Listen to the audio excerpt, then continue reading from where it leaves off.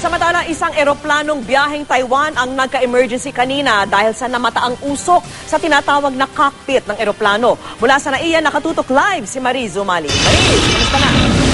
Vicky, isang eroplano nga ng EVA Air ang tumawag sa Manila International Airport Authority Tower kaninang pasado alas 4 ng hapon para mag-emergency landing sana. Sa kabutihang palad, maayos at normal namang nakalapag ang naturang eroplano sa NAIA Terminal 1.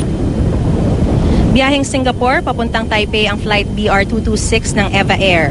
Pero bandang 4:16 kaninang hapon, biglang nagliklara ito na may usok sa kanilang cockpit. Kaya agad kumontak ang piloto nito sa Manila Tower para dito mag-emergency landing. Ayon kay Civil Aviation Authority of the Philippines Director General Ramon Gutierrez, pag may ganyang emergency, naghahanda agad ang Class Fire and Rescue Unit para tumugon. Binibigyan din agad ito ng prioridad kahit pa masikip sa paliparan. Kaya may nakaabang na agad na pulis, ambulansya at fire trucks sa may runway. Pero 15 miles up, ang mismo aeroplano na mismo nagkansela ng emergency request pero kinailangan pa rin nilang lumapag sa ating paliparan para suriin ang sanhi ng usok.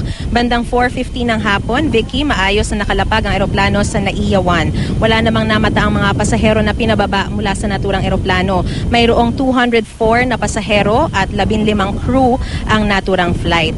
Hanggang sa mga oras na ito, Vicky, ay nasa NAIA Terminal 1 pa rin ang naturang aeroplanong yan ng EVA Air at sumasailalim pa sa maintenance check.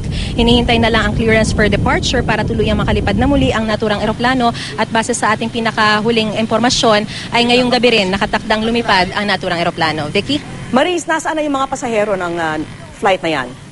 Vicky, ang impormasyon na binigay sa atin, nasa loob lamang sila ng aeroplano habang isinasagawa yung maintenance check na yan. Vicky? At wala pang schedule kung anong oras sila makakaalis ng bansa? Walang specific schedule as of now, pero ang sinabi sa atin ay ngayong gabi rin asahang lumipad ang naturang flight na yan. Alright, maraming salamat sa iyo, Mariz Zumali.